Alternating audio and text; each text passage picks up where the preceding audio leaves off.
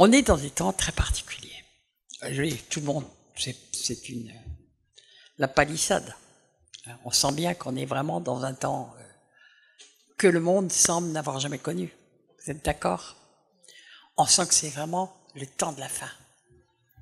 Et que tout ce que les prophètes ont annoncé est en train de se dérouler sous nos yeux. Donc, pour ceux qui ont les yeux ouverts, c'est vraiment une invitation à se préparer, puisqu'il est dit, l'épouse se prépare. L'épouse s'est préparée. Le Seigneur viendra quand son épouse sera prête. Elle s'est préparée.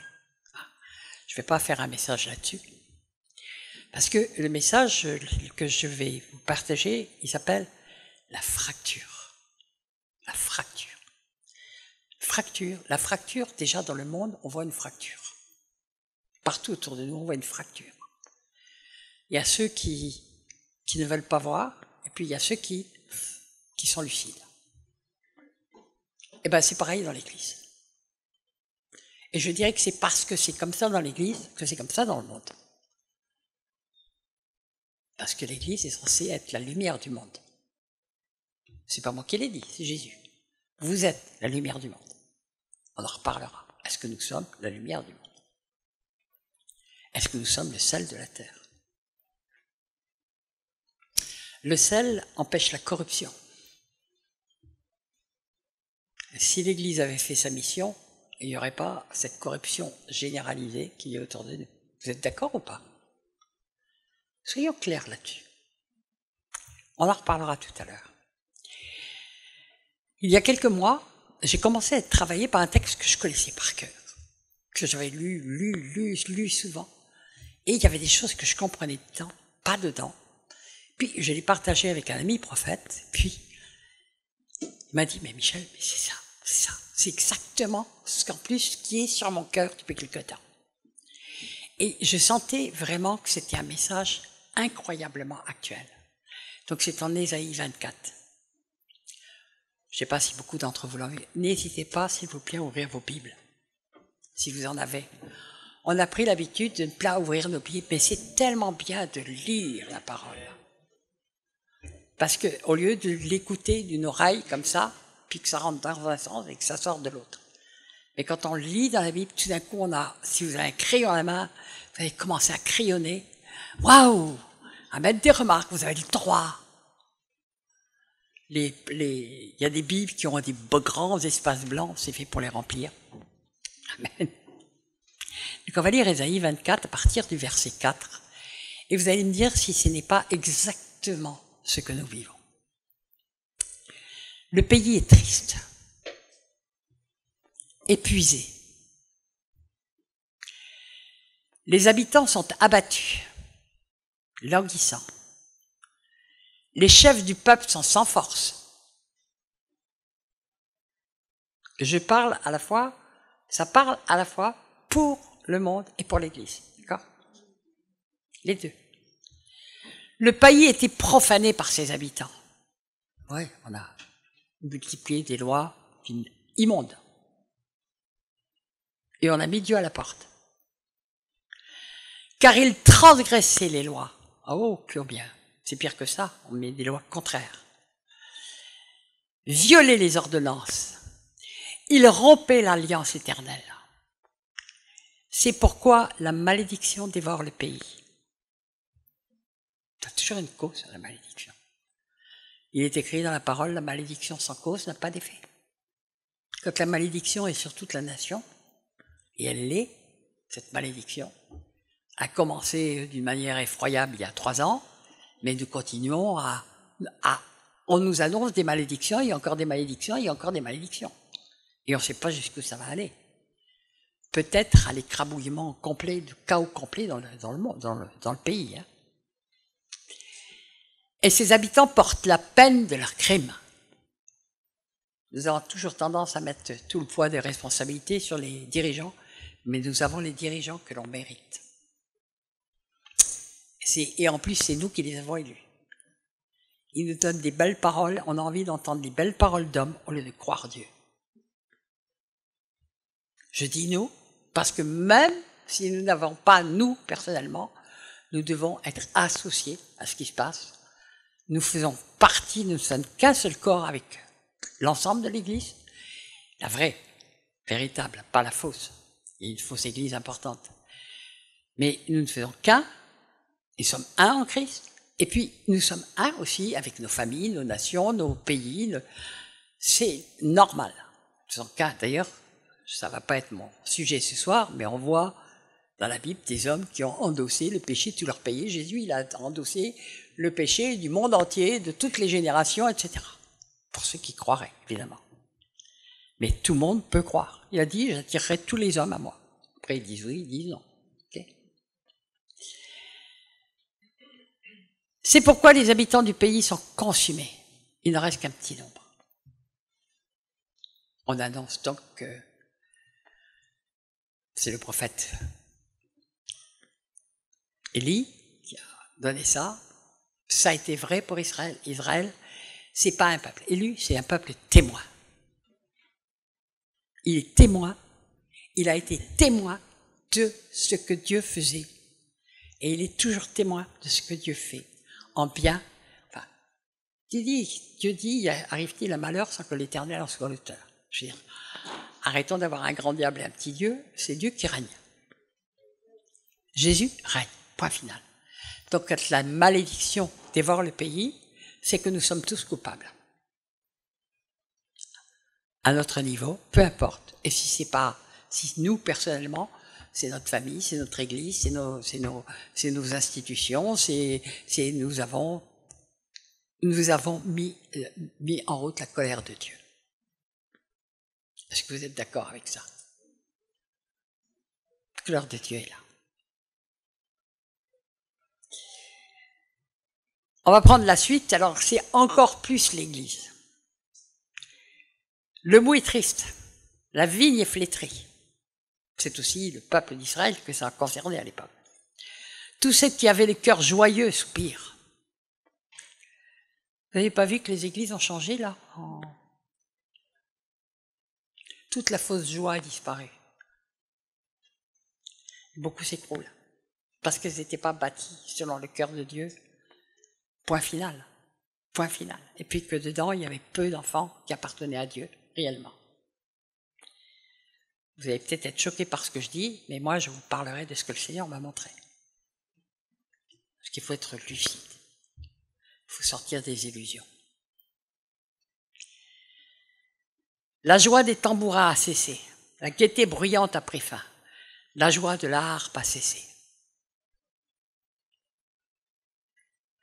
On crie dans les rues parce que le vin manque. Toute réjouissance a disparu. On parle vraiment là de l'Église. L'allégresse est bannie du pays. La dévastation est restée dans la ville. Et les portes abattues sont en ruine. Car il est dans le pays, au milieu des peuples, comme quand on secoue l'olivier, comme quand on grappille après la vendange. Donc, qu'est-ce qu'on est en train de nous décrire? Notre monde actuel. L'Église actuelle. Le peuple d'Israël actuel. On est là en se demandant, quand on est dans le temps annoncé par Jésus, dans les guerres et bruits de guerre. On se demande, on ne sait même pas à 1 mois ce qui va se passer, même à 3 jours.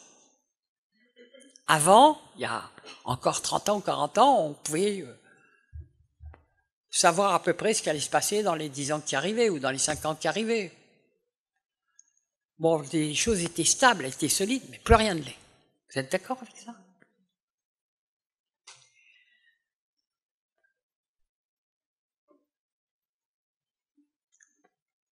Et puis, on continue, et puis c'est là qu'on arrive à un passage qui commence au verset 14, parce qu'il y a un tel décalage entre ce qu'on vient de lire et ce qu'on va lire. Ça m'a toujours étonné et je ne comprenais pas ce que ça voulait dire. Je disais, mais c'est incroyable. Les gens souffrent, sont malheureux, sont apeurés, ils sont dans l'expectative. On sait que les puissances des cieux vont être ébranlées. On est là, on est dans l'attente des mauvaises nouvelles chaque jour. Bon. Et puis, qu'est-ce qui se passe? C'est à la suite, hein, direct. Ils élèvent leur voix. Ils poussent des cris d'allégresse. Des bords de la mer, je souligne des bords de la mer, vous allez comprendre pourquoi. Ils célèbrent la majesté de l'Éternel. Glorifiez donc l'Éternel dans les lieux où brille la lumière. Le nom de l'Éternel, Dieu d'Israël, dans les îles de la mer. Je souligne encore dans les îles de la mer. De l'extrémité de la terre, nous entendons chanter « Gloire au juste ». On l'a chanté tout à l'heure. Jérôme ne savait pas que j'allais en parler. Vous voyez un peu le décalage incroyable entre ce qu'on a lu et ce qu'on est en train de lire. Comme si on nous parlait d'une fracture totale. D'un côté, il y a un monde complètement abattu, une église complètement abattue, puis il y a des gens qui sont dans une joie pas possible. J'ai jamais compris jusqu'à il y a quelques mois de quoi il s'agissait. Parce que si on continue à lire, c'est encore bien pire après. Et là, on nous annonce vraiment la fin des temps.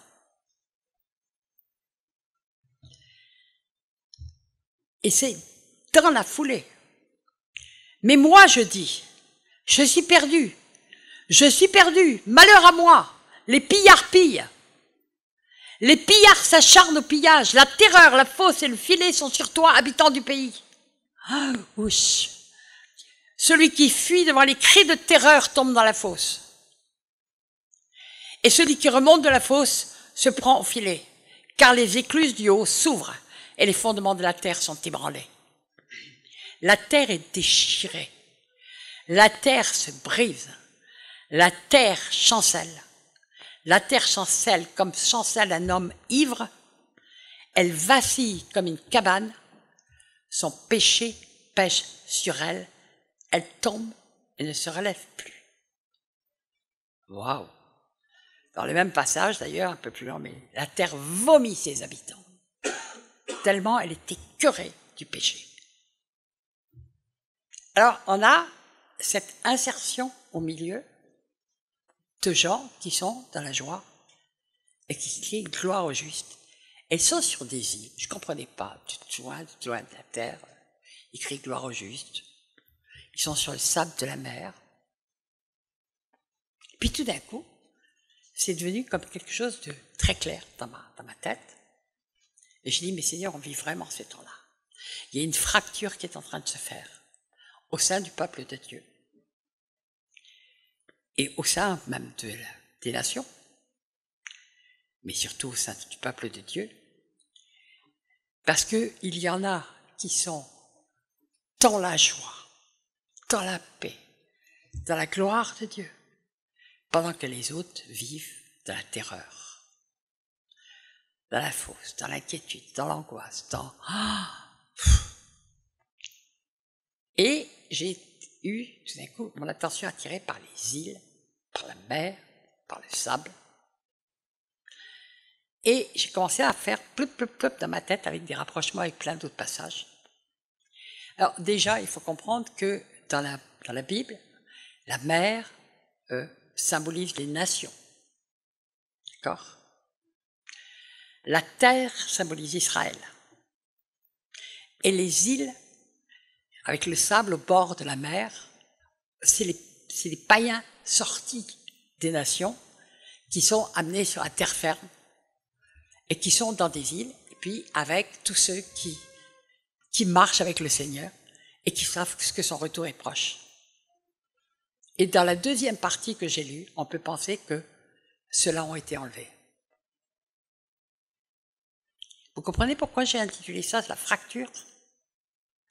Parce qu'il y a de plus en plus de séparation entre ceux qui marchent avec le Seigneur et ceux qui ne marchent pas ou qui marchent d'une manière bancale. Ils ont un pied des deux côtés, un pied dans le monde, un pied dans le...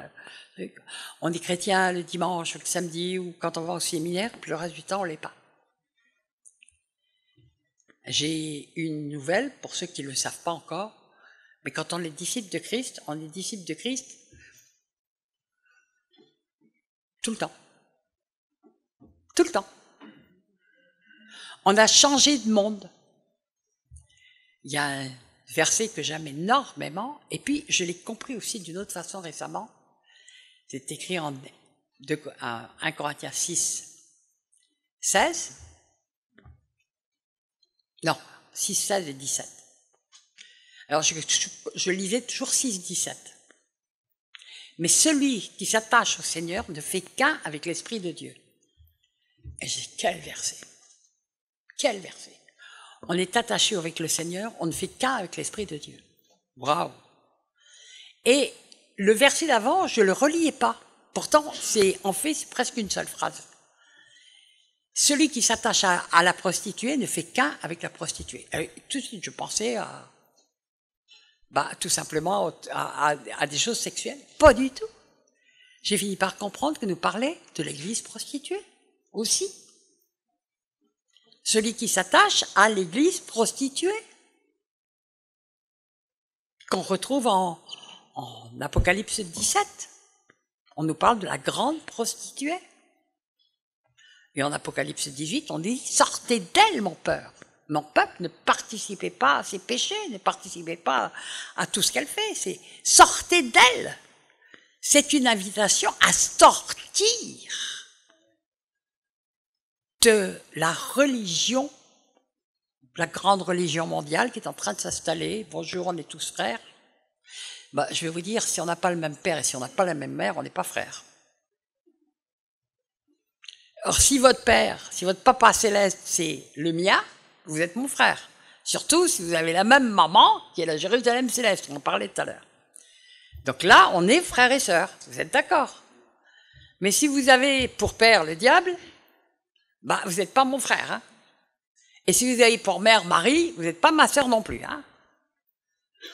Ou mon frère, peu importe. Enfin, j'ai pris ça parce que c'est un peu brutal. Mais bon, il y a plein d'idoles.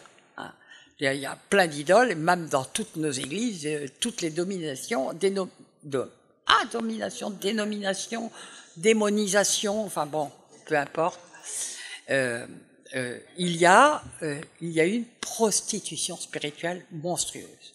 Et c'est pour ça qu'il y a un jugement de Dieu. Quand il y a un jugement de Dieu, il faut se poser les bonnes questions. Pourquoi? Il y a un jugement de Dieu sur le système. Et Dieu est en train de sortir ses brebis, une à une. Il vient nous chercher une à une. Parce qu'on est tous uniques pour lui. Donc il vient nous chercher un à un. Donc c'est extraordinaire, là. On dirait qu'on ne parle pas du même monde. Et pourtant, les gens sont dans le même monde. La mer représente les nations. C'est des gens qui, vous savez ce que c'est que la sanctification? C'est la séparation avec le monde. D'accord? On se sépare avec le monde parce qu'on a changé de monde. On a été transporté dans le royaume de son Fils bien-aimé. Wow. Donc on n'a plus le même regard, on ne voit plus les choses de la même façon, on ne ressent plus les choses de la même façon, et le Seigneur nous donne son esprit pour comprendre aussi ce qui se passe. Parce qu'il est écrit, le Seigneur ne fait rien sans avoir averti ses prophètes. Nous avons tous l'esprit prophétique si nous sommes assis dans les lieux célestes avec Christ. Oui ou non? Je parle pour ceux qui comprennent ce que je dis. Il y en a peut-être parmi vous qui ne comprennent pas. Mais ce n'est pas désespéré. Parce que si le Seigneur vous a amené là, c'est peut-être parce qu'il veut changer certaines choses. Mais je pourrais dire, à l'instar de ce qui est écrit dans l'Apocalypse, il n'y a plus de temps. Il n'y a plus de temps. Il y a une précipitation du temps et des événements. On ne peut plus jouer à la marelle spirituelle. Vous savez, comme Élie disait, arrêtez de boiter de chaque côté, là, arrêtez de boiter. Si Dieu est Dieu, suivez Dieu. Si l'Éternel est Dieu, suivez l'Éternel. Si Baal est Dieu, suivez Baal. Ne boitez plus. Et il a prouvé de quel côté était Dieu. Et après, oui, on reconnaît que l'Éternel est Dieu. Bon, est-ce que Dieu doit encore faire tomber son feu sur l'autel pour qu'on dise c'est l'Éternel qui est Dieu? Eh ben, quelquefois, l'autel, c'est sur nos vies que ça tombe. C'est sur nos pays actuellement que ça tombe. Donc on doit se poser les bonnes questions. On doit se rendre compte des temps que nous vivons. Et être dans les bons endroits. Le bon endroit, c'est ces îles. Ces îles, c'est quelque chose d'à part. C'est au bord de la mer. C'est des gens qui sont sortis des nations. Ils sont dans des îles.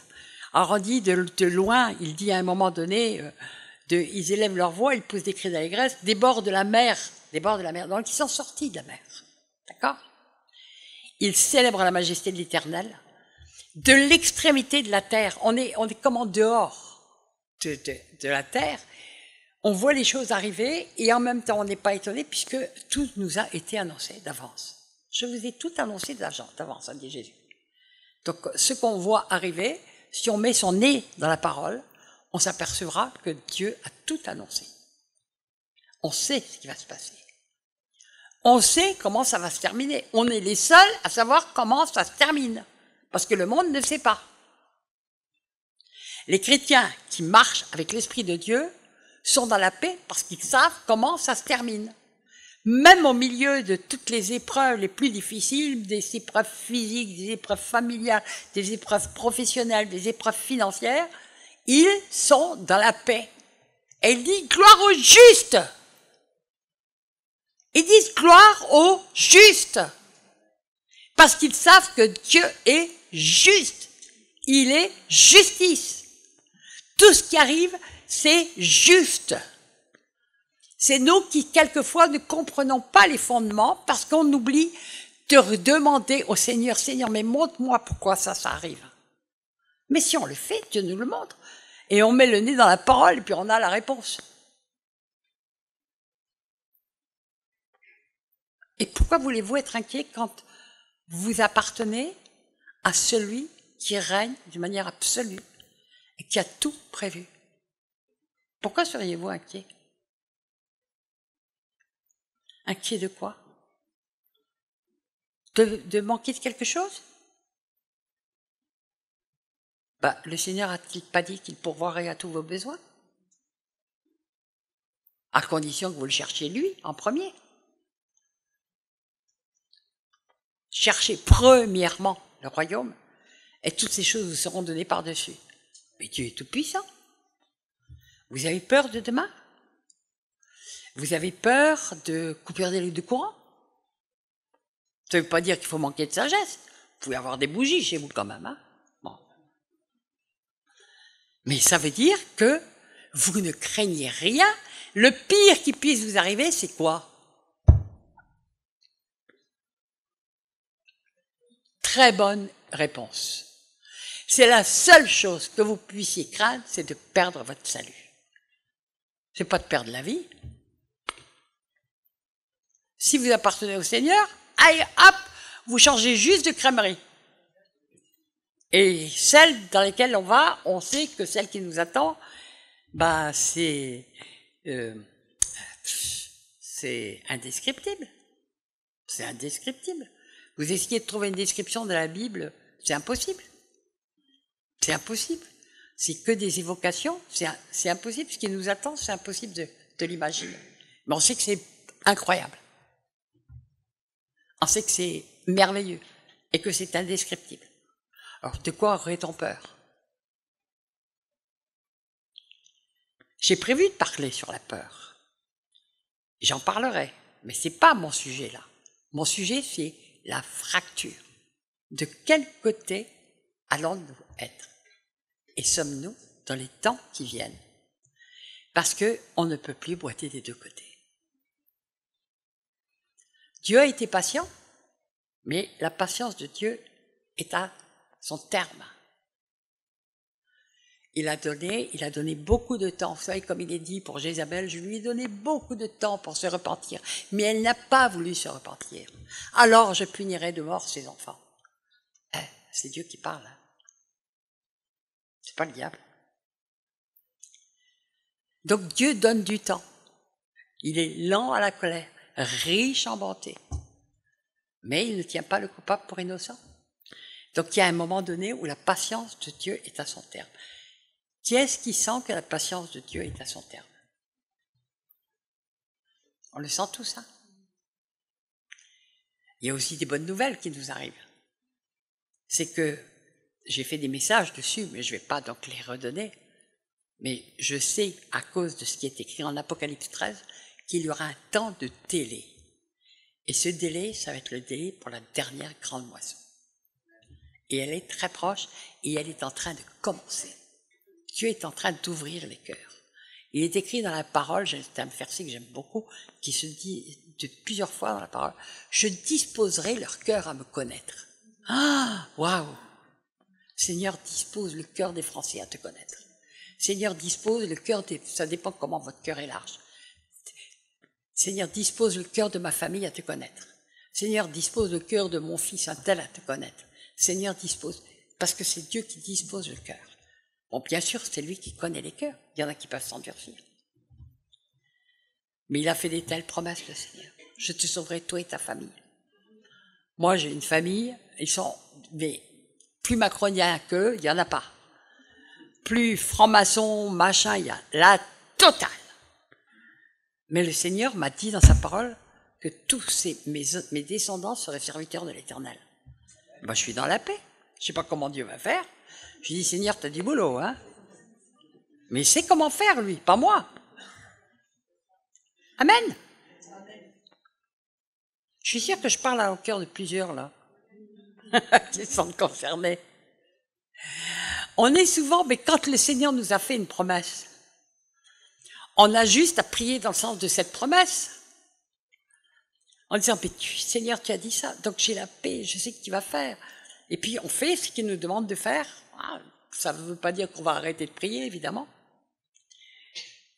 Mais dans la paix, pas dans l'angoisse. Vous êtes capable d'avoir la paix en tout? Même si vous avez très très mal, une rage dedans. Je parle de ça parce que j'en ai eu une la semaine dernière. Alors. Eh bien, avoir la paix dans le Seigneur, c'est quelque chose d'absolument surnaturel qui ne dépend pas des circonstances. Les gens qui sont sur ces îles, ils sont au milieu de la détresse totale. Partout autour, il y a la détresse, il y a la guerre, il y a la souffrance, il y a le faim, il y a la panique, il y a la peur, il y a la terreur, il y a tout ça est marqué. Hein. La terre qui vomit ses habitants, les fondements qui sont ébranlés, des tremblements de terre, des trucs, tout ça nous a été annoncé. Et eux, ils sont là en disant, gloire au juste. De quel côté vous avez envie d'être?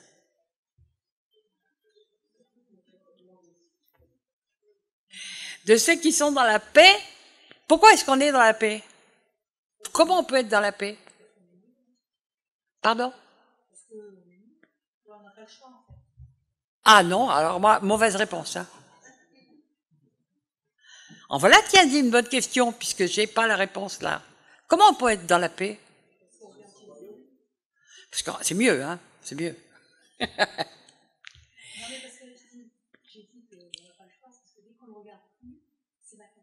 Ah, oui! On n'a pas le choix parce que si on ne regarde plus, c'est la cata. Bon, ça, c'est clair. C'était un raccourci, d'accord. Ok, là, ça marche. On est dans la paix parce que Dieu nous donne. Jésus a dit, je vous donne ma paix. Je vous laisse ma paix, je ne vous donne pas comme le monde donne. C'est complètement surnaturel. Et il a dit qu'on verrait de nouveau la différence, c'est écrit dans Malachie, qu'on verrait de nouveau la différence entre ceux qui aiment Dieu et ceux qui ne l'aiment pas, et ceux qui servent Dieu et ceux qui ne le servent pas. Pendant très longtemps, j'ai cru que c'était la différence entre les païens et les chrétiens. Et puis après, j'ai révisé complètement ma copie, et j'ai compris qu'il y a beaucoup de gens qui disent servir Dieu, mais qui se servent eux-mêmes.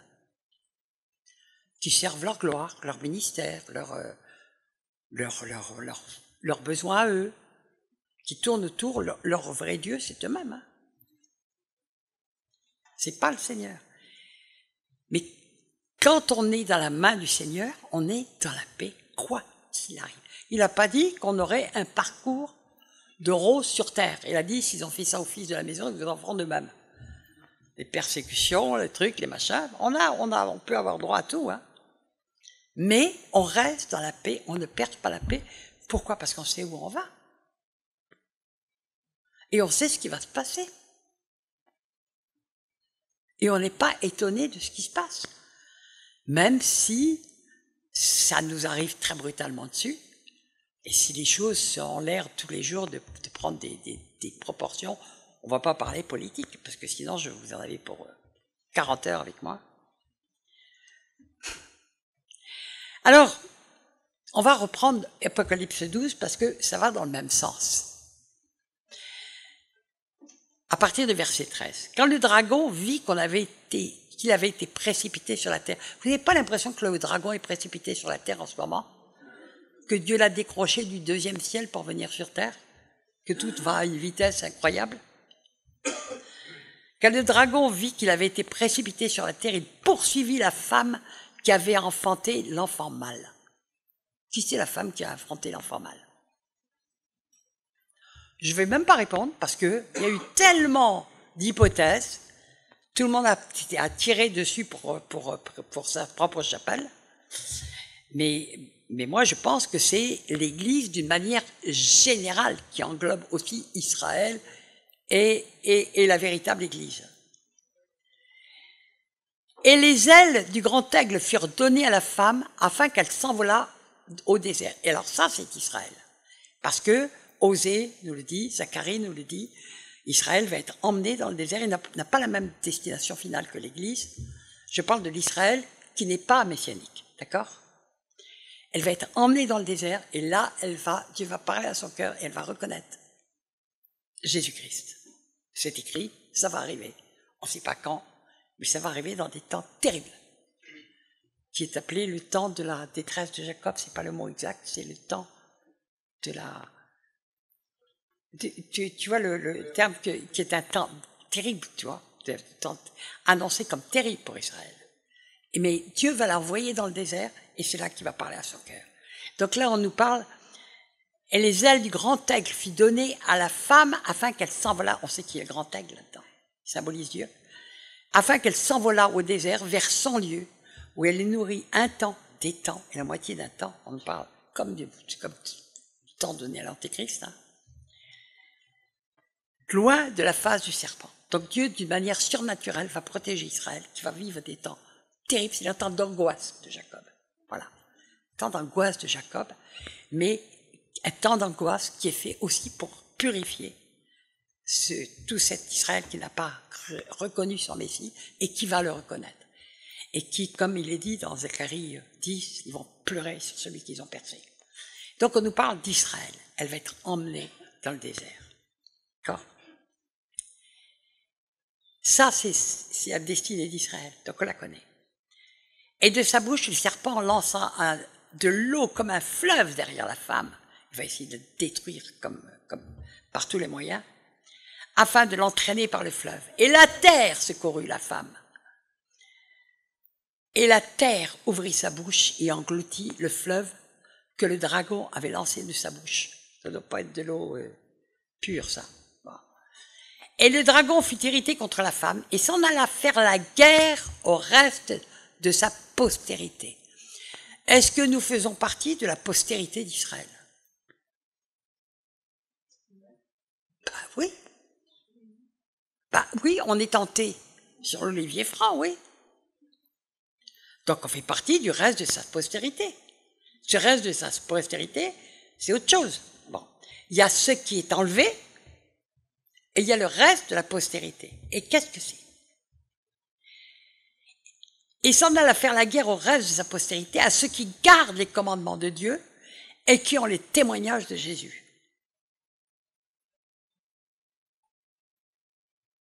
C'est nous, d'accord? Il va faire la guerre. Mais on sait ce qui va arriver, enlevé à un moment donné. Et il se tint sur le sable de la mer. Pourquoi il se tient sur le sable de la mer? Je me suis posé la question. On a dit, la mer, ça représente les nations. Ça symbolise les nations. Il veut empêcher les gens de sortir des nations pour être sur la terre. Et il est là, le sable, c'est entre la terre et la mer. Et vous savez, ça vous rappelle rien, le sable? Qu'est-ce qu'il avait été dit à Abraham? Qu'il avait une postérité comme les étoiles du ciel et une postérité comme le sable de la mer. Donc c'est la postérité d'Abraham aussi. Il est là et il veut empêcher ceux qui peuvent encore être sauvés de sortir de la mer. Il est en colère. On est en train de commencer à vivre ces temps-là. Il est en colère. Le diable est en colère, sachant qu'il a peu de temps. Il sait ce qui est en train de se passer. C'est à nous de déterminer de quel côté on veut être. Puis je vis monter de la terre une bête qui avait 10 cornes, et cette tête, et sur ses cornes 10 diadèmes, et sur ses têtes 10 noms de blasphème. Je ne vais pas continuer avec ça, parce que tout simplement, ça après c'est Apocalypse 13, ça nous annonce l'antéchrist, le chiffre de la bête, et beaucoup de choses, mais il y a une tête qui va tomber à un moment donné. Et je crois que nous sommes dans ce temps où la tête va tomber, où il y a une tête qui va tomber, et qui va nous donner un répit. Je ne vais pas développer ça, je l'ai développé dans d'autres séminaires. Il y en a qui s'amusent. Non, mais regardons les nations.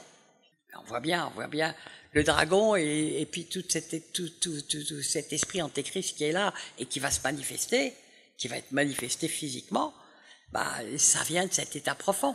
Mais il y a une tête qui va tomber. Je crois qu'on est dans ce temps qu'on vit et que la tête va tomber. Ils vont manquer leur but. Mais ça ne va pas durer longtemps. Parce qu'ils ont préparé leur coup depuis des siècles. Et surtout depuis des décennies. D'accord? Et vous connaissez très bien ce qu'ils veulent, c'est s'emparer de la Terre et en éliminer 7 milliards d'habitants pour rester 500 000. Pour avoir une planète écolo à leur service. Avec des gens robotisés ou des robots. Ils sont en train de fabriquer des robots. Et alors ils nous parlent de transhumanisme, non mais attendez, ce qui est en train de se passer actuellement, ils touchent directement à la création de Dieu, hein, on est bien d'accord. Donc ils vont louper, mais parce que Dieu n'a pas fini son travail sur terre. Vous savez, souvent, j'ai la pensée suivante qui est très forte. Jésus a dit, viens la nuit où plus personne ne pourra travailler.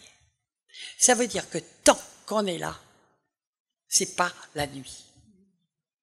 Parce qu'on peut encore travailler. Quand on sera parti, un jour j'ai entendu quelqu'un qui disait, mais à propos des Juifs, et quand nous aurons mis tous les Juifs en dehors de la France, eh bien, il n'y aura plus que quelqu'un qui dira que le dernier, quand il parte, éteigne la lumière. Ça va être vrai pour l'Église aussi. La lumière va s'éteindre. Est-ce que Jésus a dit, oui ou non, qu'on était la lumière du monde? Quand l'Église sera partie, il n'y aura plus de lumière, ce sera les ténèbres. Donc tant qu'on est là, c'est pas les ténèbres, c'est pas la nuit, c'est pas la nuit noire. On peut travailler. Et on a à travailler. Pourquoi le Seigneur nous a mis dans ce temps sur terre? C'est parce que nous avons tous, si nous appartenons à Jésus, nous avons des œuvres préparées d'avance pour nous. Nous avons à remplir des missions. Passons pas à côté de la mission que Dieu a préparée pour nous. Et surtout, ne venez pas me dire, Michel, je ne sais pas quelle mission Dieu m'a préparée pour moi. Marchez. Vous le saurez en chemin. Il y a des gens comme ça qui sont des grands pratiquants de l'immobilisme spirituel, en disant, j'attends que Dieu me parle et me dise ce que je dois faire. Ah ouais, moi j'entends, lève-toi et marche. Dieu disait ça quand même à un mort, hein. Lève-toi et marche. Ah, Lazare. Ok. Amen. Alors, en fait, le diable est sur le sable de la mer. La mer représente les nations. Ça représente la Grande Babylone. Parce que finalement, la Grande Babylone, c'est la terre, c'est l'église prostituée, c'est tout mélangé, hein. Et il veut empêcher tous les chrétiens qui sont dans la Babylone, qui sont dans l'Odyssée, de sortir de Babylone. Il est là, dans une grande colère. Ils veulent surtout qu'ils restent à patauger dans leur baignoire qui s'appelle la mer, qui est la Grande Babylone. Alors, je voudrais rappeler par rapport au sable ce qui est dit. Il y a des choses qui sont... Ésaïe 10, 22. Quand ton peuple, ô Israël, serait comme le sable de la mer, un reste seulement reviendra. Beaucoup ont parlé du faible reste. Personnellement, je vous dirais que, je vous l'expliquerai plus tard pourquoi, mais clair, je sais qu'aujourd'hui, de l'Église officielle, il n'y a plus qu'un faible reste qui appartient, et puis on commence à voir la différence entre ceux qui appartenaient vraiment à Christ et ceux qui appartenaient à une Église. Ben, j'appartiens à telle Église, je fais partie de telle Église. On a fonctionné comme ça pendant des siècles. On appartenait à une Église. Ben non, on a appartenu à Jésus et à son royaume. Hébreux 11-12. C'est pourquoi d'un seul homme, déjà usé du corps, naquit une postérité nombreuse comme les étoiles du ciel, comme le sable qui est sur le bord de la mer et qu'on ne peut compter. Donc quand on parle d'Abraham, père de la foi. La postérité est très nombreuse et pourtant, Ésaïe nous dit qu'il n'y en aura qu'un faible reste. Faire partie de ce reste, ce faible reste. Jérémie 5,22. Ne me craindrez-vous pas de l'Éternel ? Ne tremblerez-vous pas devant moi? C'est moi qui ai donné à la mer le sable pour limite. C'est intéressant. La mer, si elle représente les nations, c'est le sable qui est limite. C'est-à-dire que si on est sanctifié, on est hors de la mer. Mais le sable, c'est la limite. On n'est pas encore sur la terre. Il faut être sur la terre. Il faut être dans les îles. Vous avez compris la différence? Sur les sables, il y a le dragon.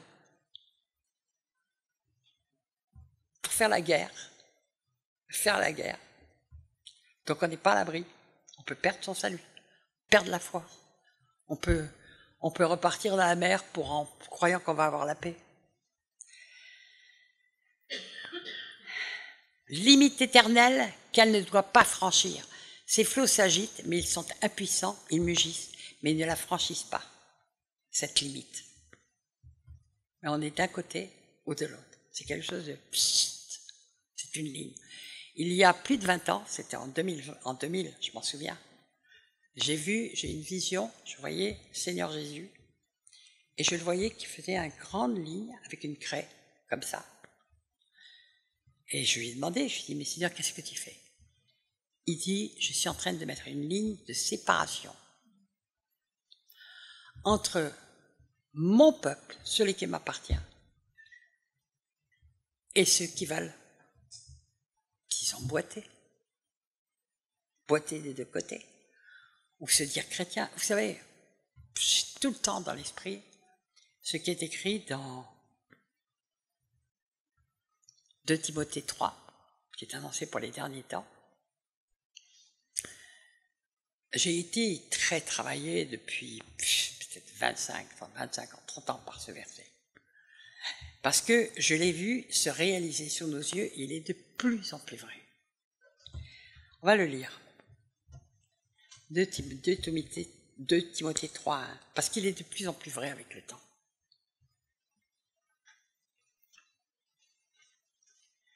Je le connais quasiment par cœur, mais je ne vais pas oublier des bouts. C'est un passage terrible, bien sûr prophétique.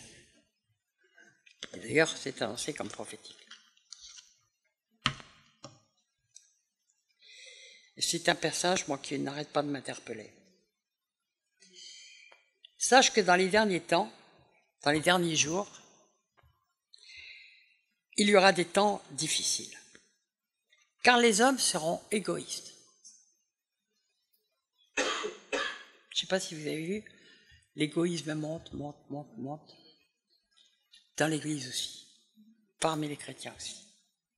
D'accord? Amis de l'argent. Oh non, moi, Seigneur, je ne suis pas ami de l'argent. Ouais, demandons à Seigneur si on n'est pas ami de l'argent. On compte souvent beaucoup plus sur l'argent que sur Dieu. Donc on est forcément avec amis avec ce qui nous donne nos satisfactions. Est-ce qu'on est amis de l'argent? Qui en fait confiance le plus? Dans le salaire qui va nous être apporté, ça ne veut pas dire que ce n'est pas Dieu qui nous donne notre salaire, mais est-ce qu'on a confiance plus dans l'argent qu'on reçoit, ou dans notre compte en banque, ou dans notre retraite, vous savez, tout ça va tomber, hein. Tout ça va s'écrouler. Si on a pris l'habitude de s'appuyer sur Dieu, il pourvoira à tous nos besoins, mais si on a pris l'habitude de s'appuyer sur tout ce que le monde semble nous offrir, sur l'État-providence, sur les allocs, sur ceci, c'est arrivé dans d'autres pays. C'est arrivé en Grèce, c'est arrivé dans l'ex-URSS, c'est déjà arrivé dans plusieurs pays. C'est comme des signaux d'alarme avant-coureurs. Mais ça va, il va y avoir un écroulement mondial. C'est d'ailleurs ce qui est annoncé en Apocalypse 18. Et tous les marchands pleurent parce qu'ils n'ont plus leur cargaison d'or, d'argent, etc. Ça va tomber d'un coup, ce système. Il n'y aura plus rien. Il n'y aura plus rien à la place. Si on est appuyé sur le système, on va s'écrouler avec. Donc quand il dit ami de l'argent, ça veut dire ami de tout ce système qui nous donne un sentiment de sécurité. C'est un sujet important dont je vous parle, parce que on doit tout le temps demander au Seigneur dans quoi j'ai mis ma sécurité. Et croyez-moi que c'est pas si simple que ça la réponse. Parce que quand la sécurité nous vient des hommes et qu'on a régulièrement le salaire qui tombe, les allocs qui tombent, les machins qui tombent, qu'on a un compte en banque confortable ou peu confortable, mais en tout cas que c'est, on dit non, mais moi je m'appuie sur Dieu. Et puis, si on vous supprime tout tous les jours, vous allez vous apercevoir si vous vous appuyez sur Dieu ou sur ses sécurités. Je vous parle parce que ça peut s'écouler d'ici quelques mois, quelques semaines, peut-être plus, je ne sais pas. Dieu ne va pas donner son calendrier parce que son calendrier dépend en grande partie de nous et de nos prières et de... Amen. Puis que lui, c'est lui qui fait le temps, donc il fait comme il veut. Mais je vais continuer. Fanfaron. Oh, moi, je suis pas fanfaron. Oh non, pas moi, pas moi. Bon. Je me vante jamais. J'essaye jamais de me mettre en avant. Mais il y a des gens qui se mettent tout le temps en arrière, mais qui sont très fanfarons. Parce qu'ils se mettent tout le temps en arrière pour montrer combien ils sont modestes. Alors. Plus humble que moi, tu meurs. Oh, ok, c'est bien connu. Hautain, blasphémateurs, rebelles à leurs parents. Vous allez dire, mais bon, ça ne concerne pas, ça concerne les enfants. Mais c'est effrayant, et on l'a vu de visu, à quel point les enfants, tout est fait pour les foutre en l'air. Et les rendre rebelles. Attendez, vous voulez donner une bonne fessée à vos parents, à vos enfants, parce qu'ils sont insupportables, parce qu'ils ont fait quelque chose de grave, parce que vous voulez les corriger, ils peuvent aller porter plainte contre vous. Et j'ai quelqu'un qui m'a raconté une histoire qui lui est arrivée dans sa famille. Elle a donné une gifle à sa fille, parce que sa fille l'a mérité, et sa fille lui a dit, puisque c'est comme ça, je vais aller porter plainte. Et la maman s'est pas démontée, chrétienne, hein.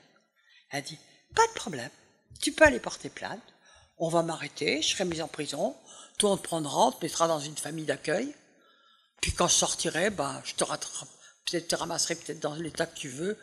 Si tu es d'accord avec ça, avec ce programme, ça marche. La fille n'est pas allée porter plainte.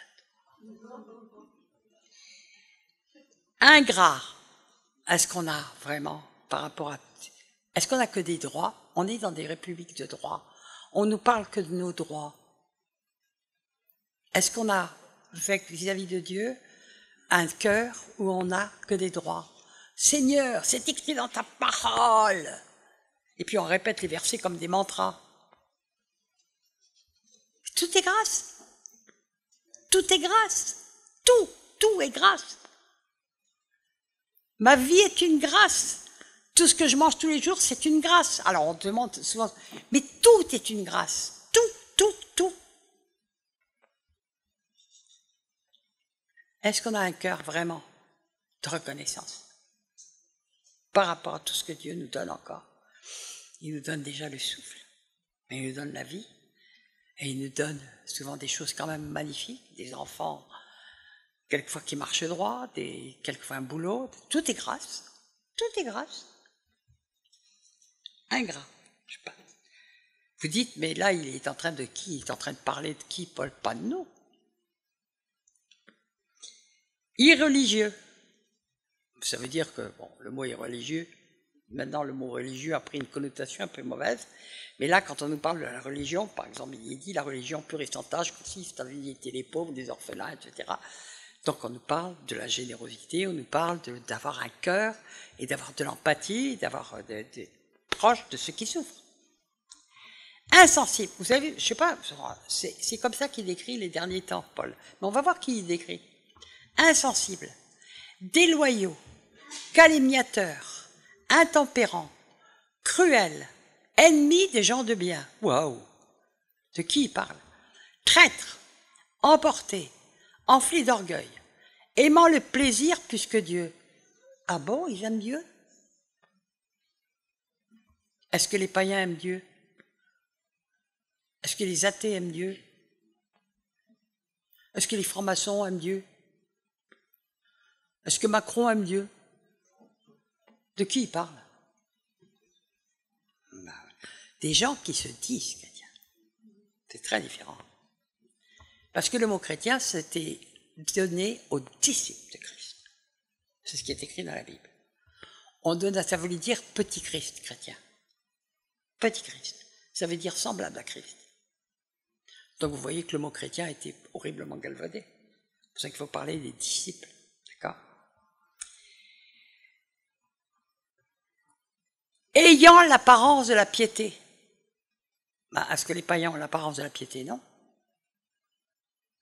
Donc on nous parle de gens qui vont dans les églises, qui vont dans les réunions de prière, qui ont l'air, qui ont l'apparence de la piété.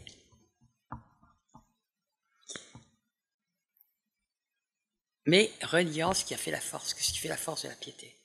Bah écoutez, je ne vais pas répondre parce que je crois qu'on peut y répondre avec la Bible entière. Mais en tout cas, c'est la foi dans tout ce que Dieu a dit. Pour commencer. Éloigne-toi de ces hommes-là. Il dit même, fais attention parce que c'est contagieux. C'est pas le coronavirus, c'est le corona circus. Ecclésial. Bon. Alors, je blague un peu, mais c'est une parole terriblement grave. Il nous montre que l'Église des derniers temps, parce qu'il dit les derniers temps seront difficiles, parce ceux qui se diront chrétiens dans les derniers temps, eh bien, on a déjà parlé du faible reste à travers le sable, on a parlé c'est aussi la descendance par la chair d'Abraham, mais c'est aussi la descendance spirituelle, bien sûr, par la foi, et donc, faible reste, faible reste. Et il y a beaucoup eu de messages sur le faible reste. Il y a notamment un message de Chip Bogdan qui était quelque part dans mon truc qui parle du faible reste. Ça m'avait toujours beaucoup marqué parce que la Bible nous parle tout le temps du faible reste. Tout le temps. Et il faut faire partie de ce peuple. Des îles de la mer. Il crie gloire aux justes. Il n'y a pas beaucoup de monde sur les îles. On ne sait pas de quelle taille ils ont. Ils sont même sur le sable des îles. Je vais aller parler un petit peu de Jésus, de ce qu'il a dit par rapport aux perles, puisque en plus tout à l'heure il m'a montré sa main avec des perles. J'ai été très frappé par un enseignement il y a quelques années. C'était un enseignement, je ne sais pas si tu le connais, ou et Sobieski, vous le connaissez très bien, Daniel Sten, vous le connaissez. Et c'est le premier enseignement que j'ai eu dans les mains et il m'a scotché. Parce qu'il parlait des perles, et si vous regardez tout l'Ancien Testament, on ne vous parle jamais, enfin on parle de perles, mais c'était certainement pas les perles de la mer. Parce que la perle, alors Jésus qui vient dire au peuple juif, voilà ce qu'il dit, Matthieu 13, 46, il a trouvé une perle de grand prix, et il est allé vendre tout ce qu'il avait, et il l'a acheté. Waouh! Je suis convaincu que tous les juifs qui l'entouraient n'ont rien compris à ce qu'il disait. Alors que c'était totalement prophétique. Parce que d'où vient la perle? De l'huître. Qu'est-ce qu'était l'huître dans l'Ancien Testament? Un aliment impur. D'accord? Et qu'est-ce que c'est que la perle? C'est issu d'une impureté d'un aliment d'impur. C'était donc incroyablement prophétique pour les païens. Donc quand Jésus a parlé des perles du Grand Prix, il a parlé prophétiquement de ce peuple qu'il allait bâtir et dans lequel entreraient les païens. Et dont Paul aurait la première charge, il serait l'apôtre des païens. À lui qui était un érudit hébreu extraordinaire, Dieu l'a envoyé dans les païens, parmi les païens. Et il a levé la première église comme ça, parmi les païens. Matthieu 13, 45, ça a commencé par le royaume des cieux est encore semblable, le royaume des cieux est encore semblable à un marchand qui cherche de belles perles. Je vous assure, je pense que les Juifs à l'époque qui l'ont entendu n'ont rien compris. Pour eux, la perle, c'était pas un bijou du tout. Vous prenez le pectoral, vous n'allez pas trouver des perles. Et c'était complètement prophétique. Ils cherchent des belles perles. Waouh! Ils cherchent parmi nous les belles perles. Peut-être que vous êtes tous des belles perles. Peut-être pas encore. Peut-être que vous êtes au stade de l'impureté qui se forme, qui commence à faire une perle. Ça prend du temps de faire une perle. Peut-être que vous êtes en bon chemin, mais Jésus cherche des perles de grand prix. Parce que nous avons tous un grand prix à ses yeux. Est-ce qu'on a envie de devenir des perles? La recette, elle est là-dedans. Et puis, il y a beaucoup de choses. Et puis le Seigneur, quand il est écrit en Éphésiens 4, que le Seigneur a donné pour les uns comme apôtres aussi, etc., mais pour amener tout le monde à la connaissance parfaite de Jésus-Christ, à la stature parfaite de Christ. Waouh! Je dis, Seigneur, même à 81 ans moins quelques jours, je crois que j'ai encore t'as encore un sacré boulot à faire avec moi pour me mettre à la stature parfaite de Christ. C'est-à-dire qu'on est tous en chantier. Vous pouvez tous mettre sur la tête, en chantier. On est tous en chantier. C'est vraiment, mais c'est le but de Dieu. Nous, on veut souvent se contenter de peu, mais Dieu, il est très exigeant. Il veut, dans son royaume, c'est comme un marchand, il veut des perles de grand prix. Amen. Il n'a pas mis la barre très bas, il a mis la barre très très haut. Et aujourd'hui, on a mis dans le peuple de Dieu la barre très bas. On dit, mais ça va, t'es chrétien, t'es sauvé, t'es ceci. Ah bon? C'est Dieu qui le décide. Je vais vous raconter une anecdote qui m'a vraiment marqué, je peux dire complètement. C'était dans ma toute première église, donc il y a un peu plus de 30 ans, et j'entends une prédication d'un pasteur, je tairai son nom par amour,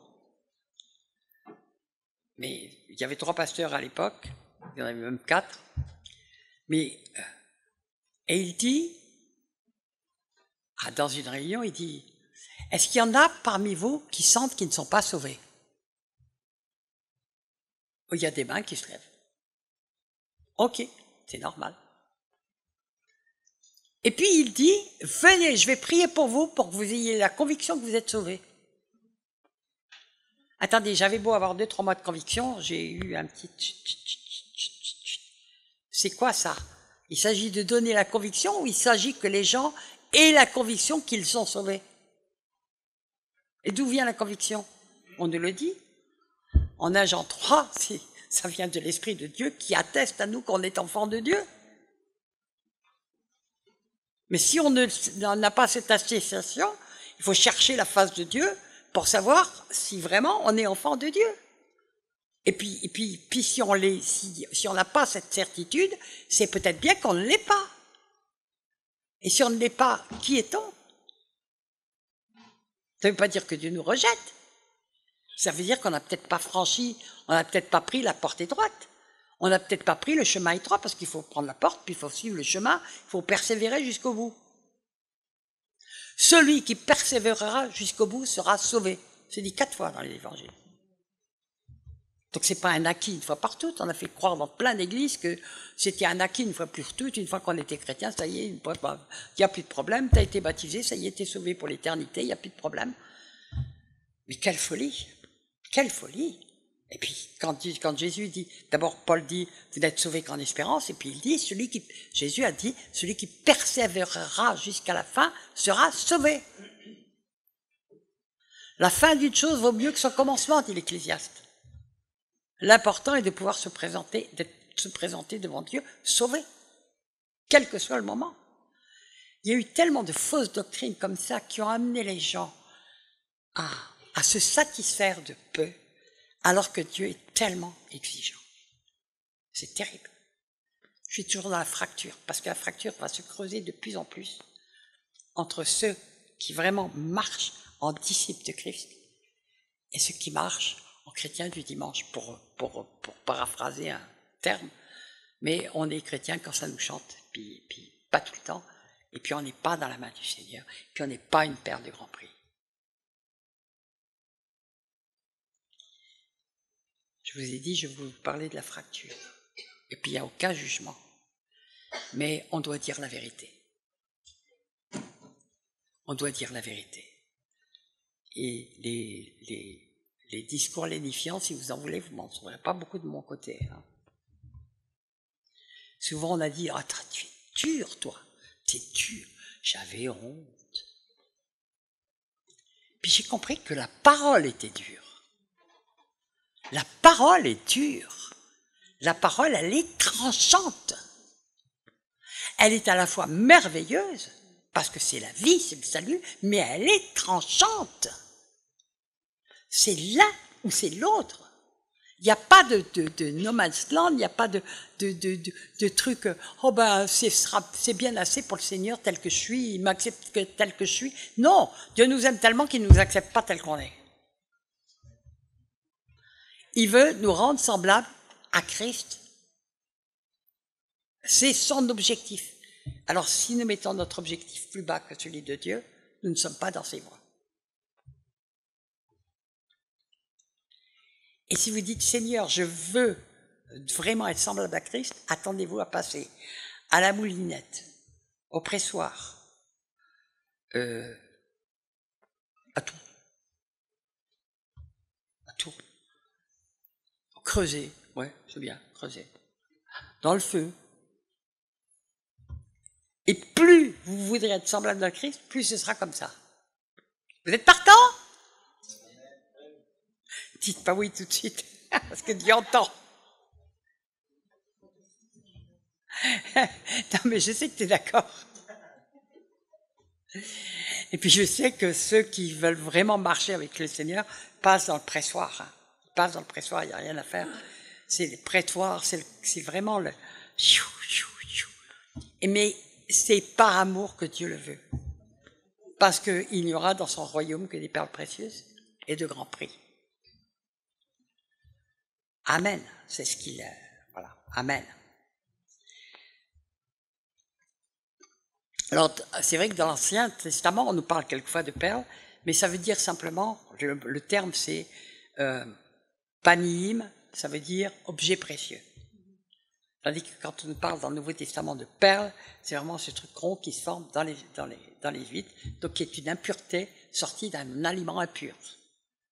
Je dis, les pauvres juifs à l'époque, ils ne devaient rien comprendre. Hein? Moins plus point pour être oui, bon, écoute, tu nous le feras au tableau demain matin. Alors, c'est les arrachés de la mer. C'est les arrachés de la mer. C'est les arrachés des nations. C'est ceux que Dieu veut mettre sur une île. Qui sont prêts pour l'enlèvement. Qui se sont préparés pour faire partie de l'épouse. Ils se sont préparés. Ça veut dire que c'est une action volontaire. Ils se sont préparés. Seigneur, rends-moi super blanc, super saint. Et le Seigneur dit, commence par t'en occuper toi-même. Ça veut dire commence à traquer le péché, commence à traquer le mensonge, commence à traquer les mauvaises paroles, commence à traquer tout ça. Et puis ici, demande pardon chaque fois que Et puis petit à petit, le Seigneur va nous transformer, nous corriger. Puis quand on ne comprend pas, ben, il nous fait passer au pressoir. Par amour. Parce que du pressoir, il sort de l'huile. Et du pressoir, il sort du vin. Et il est écrit en Apocalypse 6, il est dit à Satan, ne touche pas à l'huile et au vin. Et ceux-là vont être marqués d'un sceau. Et Dieu dit, Satan, ceux-là, tu n'y touches pas, ils m'appartiennent. Comprenez mieux? C'est sûr, j'ai pas envie de tergiverser, parce qu'on est vraiment dans des temps tellement sérieux, tellement graves, tellement urgents, parce que tout va tellement vite maintenant, qu'on doit vraiment faire le bon choix. On doit vraiment choisir quelle voie on prend. Ou le chemin étroit, et on est très peu sur ce chemin étroit. Il y en a peu qui l'empruntent, a dit Jésus. On nous parle encore de faibles restes. Il nous parle de porte étroite. Mais il ne faut pas prendre seulement la porte, il faut prendre le chemin. Il faut aller jusqu'au bout. On y est peu nombreux. Le chemin, il est bourré d'épines, de ronces, de tout ce que... et ça blesse. L'argent est venu, les gens sont cool, tranquilles, ils ont l'impression d'être en sécurité. Mais c'est de l'illusion. C'est de l'illusion. La seule sécurité, c'est dans la main de Dieu, la main du Seigneur. Amen. Il nous est dit, dans l'Apocalypse 21, les 12 portes étaient 12 perles. Chaque porte était une seule perle. La place de la ville était en or pur, comme du verre transparent. Roi. Et on nous dit aussi que les portes, ce sont les apôtres. Ceux qui portent et ceux qui ouvrent. Quand on est une porte, un tout porte, et la porte ouvre. Et on ouvre la porte à autrui aussi. On a aussi du boulot à faire. On a à faire rentrer à l'intérieur du monde. C'est notre mission. Alors, qui est ce marchand qui cherche des perles de grand prix? On le sait, c'est Jésus. C'est Jésus. Il a payé le prix fort. Il l'a payé à prix inouï. Lui qui était Dieu, il se fait homme, et il vient payer à notre place. Et il n'y avait que cette rançon qui était. Donc on a une valeur folle aux yeux de Dieu quand on accepte par la foi qu'il ait pu payer à notre place. On a une valeur folle aux yeux de Dieu. C'est la valeur qu'a Jésus lui-même. Parce qu'il s'est fait rançon pour nous. À grand prix. Donc la perle du grand prix, le marchand qui est là, c'est Jésus. Il a racheté, il nous a rachetés. Il cherche des perles du grand prix. Ainsi par l'Éternel, si gratuitement que vous avez été vendus, ce n'est pas à prix d'argent que vous serez rachetés. C'est dans Ésaïe 52, 3. Êtes-vous des bêtes perles? Ce que j'avais écrit dans mon texte. Des perles précieuses. Êtes-vous sortis de la mer? Êtes-vous en dehors des nations? Êtes-vous vraiment à part, sanctifié? Ça veut dire à part, mis à part par le Seigneur. Êtes-vous dans la main de Christ? Êtes-vous de ceux qui ont la certitude qu'ils sont dans la main du Seigneur? Apocalypse 24. Et je vis des trônes, et à ceux qui s'y assirent fut donné le pouvoir de juger. Et je vis les âmes de ceux qui avaient été décapités à cause du témoignage de Jésus et à cause de la parole de Dieu, et de ceux qui n'avaient pas adoré la bête ni son image, qui n'avaient pas reçu la marque de la bête sur leur front et sur leurs mains. Ils revinrent la vie et ils régnèrent avec Christ pendant 1000 ans. Waouh! Tout le monde ne va pas régner avec Christ. Hein? Et puis régner, ça veut dire être sur le trône. Il y a ceux qui sont devant le trône, il y a ceux qui sont sous le trône, mais il y a ceux qui vont régner avec Christ. Waouh, quelle place! Je ne sais pas qui va y être. Il n'y a que lui qui le sait. Amen. Les autres morts ne revinrent pas à la vie jusqu'à ce que les 1000 ans soient accomplis. Donc il y a 2 temps de résurrection dans la parole. Il y a ceux qui vont passer le millénium, et puis le grand jugement aura lieu après. C'est la première, donc, jusqu'à ce que les millénaires c'est la première résurrection. Heureux et saints ceux qui ont part à la première résurrection. Heureux et saints. Voilà. La seconde mort n'a point de pouvoir sur eux, mais ils seront sacrificateurs de Dieu et de Christ et ils régneront avec lui pendant 1000 ans. Vous avez envie d'en être?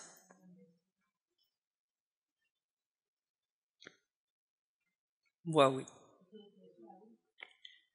Moi, oui. Amen. Alléluia. Alors, je vais vous parler de...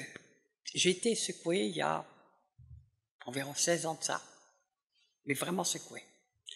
Et tous mes messages ont changé presque radicalement à partir de ce moment-là, parce que j'étais à Annecy, dans un séminaire, et j'étais orateur aussi, et j'étais censé n'avoir que des chrétiens en face de moi, qui étaient déjà bien engagés. Il n'y avait pas de gens nouveaux, ils appartenaient à des mouvements, à des églises, ils étaient tous venus pour un séminaire de 6 jours. Bon, apparemment des gens très engagés. Et tout d'un coup, le Seigneur m'ouvre les yeux et je vois une rangée de cadavres. Et sur environ 80 personnes, je vois 5, 6 vivants. Ma première réaction a été de penser que c'est pas possible. C'était pas possible. Et j'ai dit, Seigneur, c'est pas possible. Et pourtant, je savais qu'il me disait, et en même temps, j'avais dans le cœur, tu passes pour être vivant, mais tu es mort. N'éteins pas le reste qui est prêt de mourir. Ça veut dire qu'il y a encore un peu de vie. Et j'ai dit, mais Seigneur, mais c'est pas vrai. C'est des chrétiens, c'est des gens qui t'appartiennent, qui te louent, qui te rendent gloire. Et je voyais ils se croyaient vivants, je les croyais vivants, et le Seigneur me montre qu'à ses yeux, c'était des cadavres. Je dis ça, tant que ça s'est passé il y a environ 16 ans, 17 ans, je ne sais plus exactement. Ça a été un choc profond. Je suis allé donner cette image. Personne ne s'est senti concerné. Sauf une personne. Sauf un jeune converti.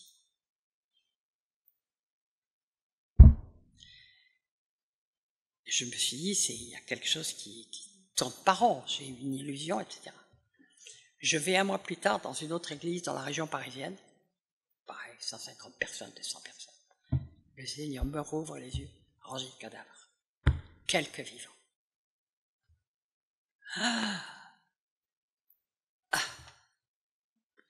Je vais dans une troisième église, dans une troisième assemblée, et le Seigneur, une troisième fois, me montre la même chose. Je vous assure que ça a été un cri de désespoir dans mon cœur. Je dis, Seigneur, tous ces gens croient qu'ils sont sauvés.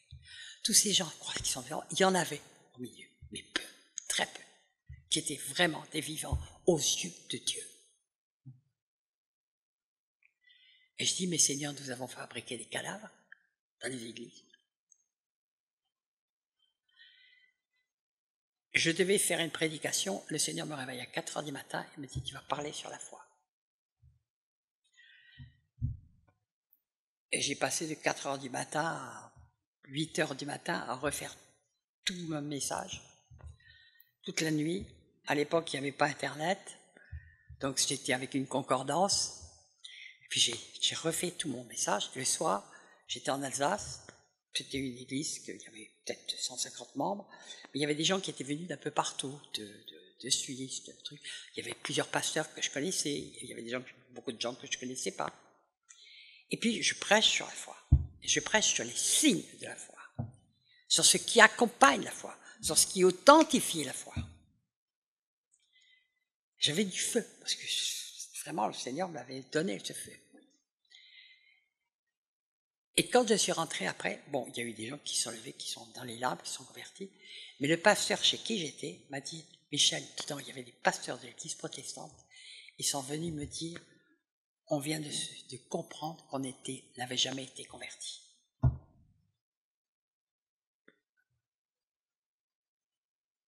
Je peux vous assurer que ça a complètement changé mon truc. Moi, je l'ai qu'une soif, arracher les gens à la terre pour les mettre, à la mer pour les mettre sur la terre du Christ, sur les îles de la mer. On nous a servi des évangiles édulcorés, des évangiles qui sont démoniaques en réalité, parce qu'on donnait, c'était l'évangile, il fallait surtout donner une bonne conscience aux gens. Alors on a servi des évangiles humanistes, des évangiles tolérants, des évangiles permissifs, alors que la parole de Dieu est tranchante. On n'a plus parlé de sanctification, on n'a plus parlé de péché, on n'a plus parlé d'enfer. Oh non, il faut pas blesser les gens.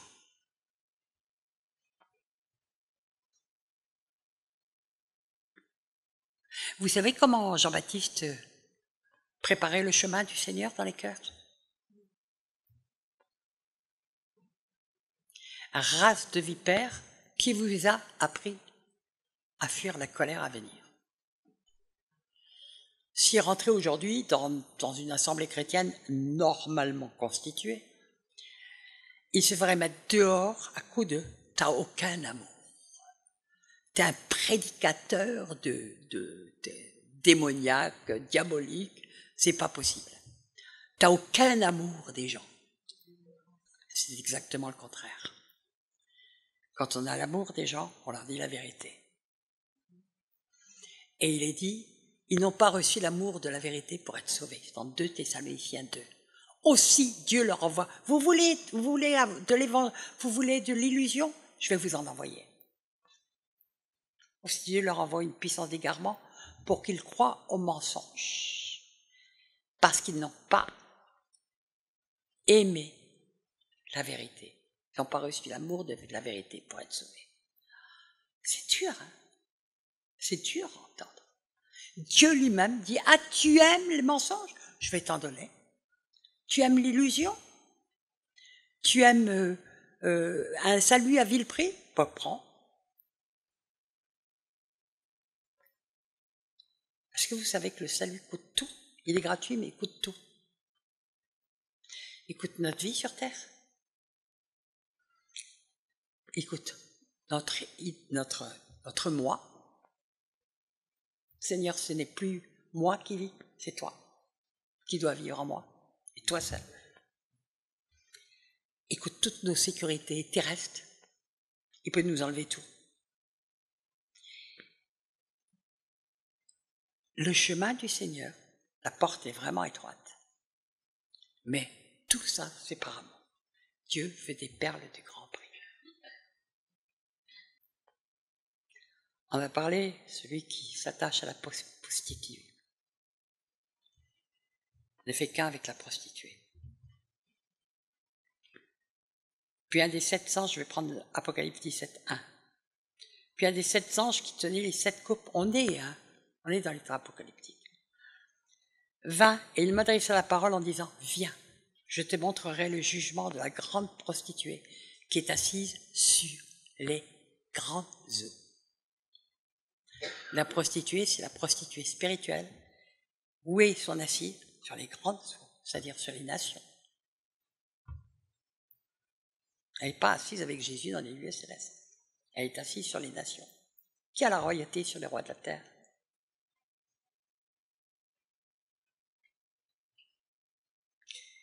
Qui sait où ça se trouve, ça? C'est dans Apocalypse 17. Bon, je ne le citerai pas. Mais il n'y a pas que lui. Apocalypse 17, 15. Il me dit, les eaux que tu as vues, sur lesquelles la prostituée est assise, ce sont des peuples, des foules, des nations et des langues. Waouh. Apocalypse 17, 16. Les 10 cornes que tu as vues et la bête haïront la prostituée, la dépouilleront, la mettront à nu, mangeront ses chairs et la consumeront par les feux. C'est pas rien. Il va y avoir un jugement terrible de la grande prostituée, qui a l'air tellement sympathique. Elle n'est pas exigeante. Elle n'est pas exigeante, elle est permissive, elle est chouette, on se sent bien, on est entre copains.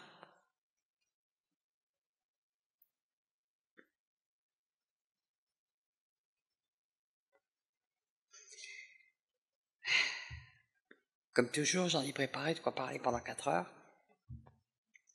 Je vais donc m'arrêter, je ne sais pas quand, mais bientôt. Je voudrais vous lire quelque chose écrit par Arthur Katz, qui est un auteur que j'aime énormément. Je ne sais pas si vous le connaissez. Ses livres sont d'une profondeur. Et lisez Arthur Katz en trouvant de ses livres en français. Et il dit, l'idolâtrie, c'est n'importe quelle substitution religieuse de la vérité, de la réalité et des exigences de Dieu. Les idoles n'exigent rien de leurs adorateurs. Dieu est très exigeant. Hein. Mais le Dieu vivant nous dit, prenez votre croix et suivez-moi. Une idole est sourde-muette, elle satisfait les besoins religieux des hommes et les affranchit des exigences de Dieu. C'est sympa les idoles. Ça vous demande rien. C'est aucune exigence. Même aller à l'église peut donner l'illusion qu'on est chrétien. D'abord, le terme aller à l'église, quel drôle de mot. C'est où l'église? Oh, ben ce matin, je vais à l'église. Ouais, yes, je t'accompagne. Je suis pas contre les communautés. Mais le terme même comme ça, c'est aberrant. Il y a plein d'aberrations. On va à l'église, on va partager, on va faire ceci, on va faire cela. Mais est-ce qu'on est... Alors, je vais aller brutalement dans quelque chose d'autre. On va avancer. Bon, j'ai écrit, l'Église a abaissé tous les standards de Dieu. Elle n'est plus le sel de la terre. Parce que si elle était le sel de la terre, il n'y aurait pas la corruption qu'il y a dans nos nations. L'Église a manqué totalement sa mission. Elle n'est pas la lumière du monde. Le monde se moque d'elle. Oui ou non? Il est dit, si tu obéis à l'Éternel ton Dieu, toutes les nations te craindront. Est-ce que les nations nous craignent? Non. Donc il faut faire le constat. La bonne nouvelle, c'est que je crois que le Seigneur va envoyer un réveil gigantesque qui va en réveiller beaucoup. Et qui va en transformer beaucoup. Mais il faut le vouloir de toutes ses forces. Je vais vous poser une question, un peu brutale. Est-ce que vous êtes la même personne quand vous êtes en présence de chrétiens, dans un milieu des chrétiens, qu'en présence, qu'en famille, en lieu clos, que dans votre travail, que dans la rue, que dans le métro, si vous prenez le métro, qu'en voiture, si vous baissez la pour injurier le copain d'à côté, qui le mérite bien. Est-ce que vous êtes des personnes différentes quand vous êtes entre chrétiens et quand personne ne vous voit? Eh bien, je vais prendre les mots que Jésus a pris. Désolé, je vais y aller, parce qu'il s'agit de sauver maintenant. Il faut plus, il n'y a plus de temps. Si c'est le cas, vous êtes des hypocrites. C'est ce que Jésus a dit aux pharisiens, qui étaient considérés comme l'élite de l'élite de l'élite d'Israël. Hypocrite. Hypocrite. C'est un double visage. On a un visage quand on est au milieu des chrétiens, on en a un autre quand on est dans d'autres lieux. C'est un critère très important. Je vais vous laisser là-dessus. Ce soir. J'en avais préparé, peu importe. Je vais vous laisser là-dessus ce soir. Parce que c'est la vraie question. Est-ce que vous êtes une perle précieuse dans la main du Seigneur? Est-ce que vous êtes dans les îles en train de crier gloire au juste? Parce que vous savez que Dieu est parfaitement juste. Et que tout ce qui vous arrive, tout ce qui arrive autour de vous, c'est la justice parfaite de Dieu. Ou est-ce que vous êtes des enfants de la colère? Qui ne comprenez pas comment Dieu peut laisser faire ça? Mais il n'y a pas un moineau qui tombe sans que le Père l'ait voulu. C'est écrit ou pas? Donc notre seule bonne attitude, c'est Seigneur, montre-moi ce qui ne va pas en moi. ou que ce que je ne fais pas et que je devrais faire. Pardon pour tous les standards que tu as donnés pour dire qu'on était des disciples et que nous avons rabaissés. Parce que nos mentors nous disaient que. Qui croyons-nous? Nos mentors ou ce que dit la Bible? Seigneur, ce que tu veux de moi, c'est que je devienne semblable à l'image parfaite de Christ. Fais ce que tu veux. Si c'est ce que tu veux, c'est que ta volonté, elle est parfaite. C'est le meilleur que tu veux pour moi.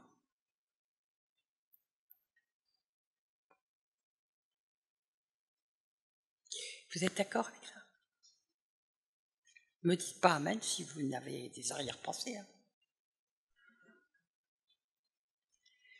Parce que ce soir, j'ai vraiment envie qu'on fasse le point avec le Seigneur.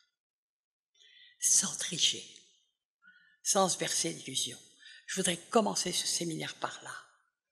Parce que dans mon cœur, j'ai vraiment envie qu'il sorte de ce séminaire beaucoup de perles précieuses. Parce que ça réjouit tellement le cœur de Dieu.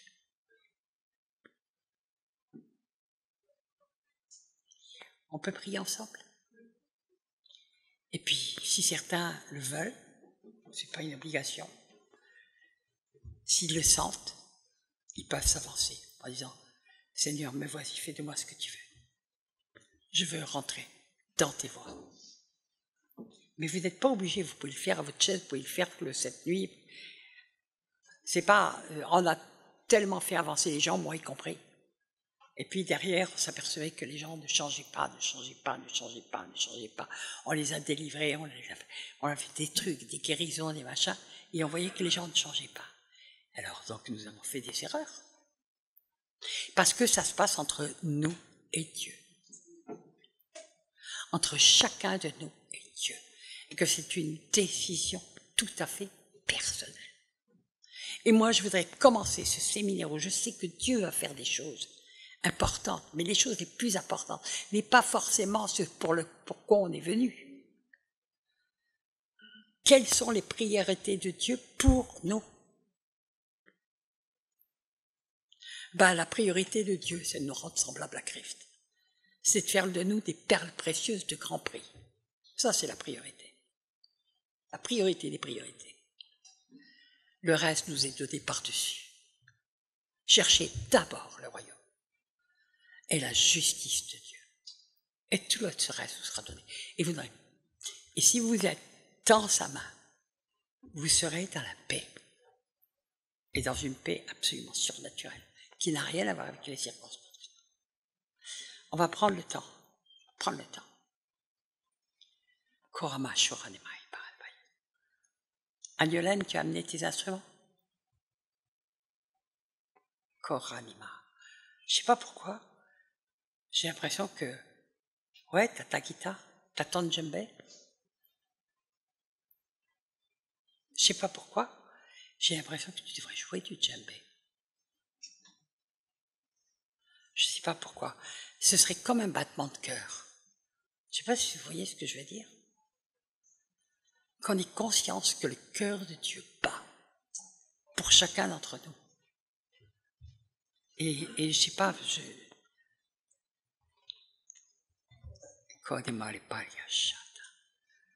j'ai envie qu'on se mette devant le Seigneur, chacun, pour faire le point. Seigneur, où en suis-je avec toi? Est-ce que je suis sur le chemin étroit? Ou est-ce que j'ai simplement passé la porte étroite? Est-ce que je suis ton enfant?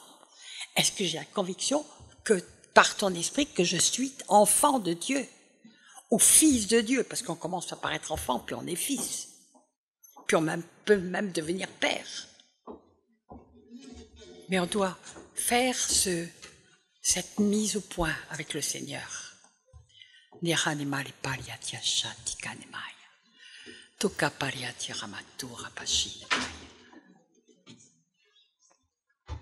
es... Je sais pas, Jérôme, tu le sens aussi? Que Agnolène, puis tu nous as amené avec du djembé, que ça soit comme le cœur de Dieu. et qu'on soit vraiment avec lui. Elle a beaucoup d'onction quand elle joue de cet instrument. C'est pas une marche de guerre, c'est le battement du cœur de Dieu.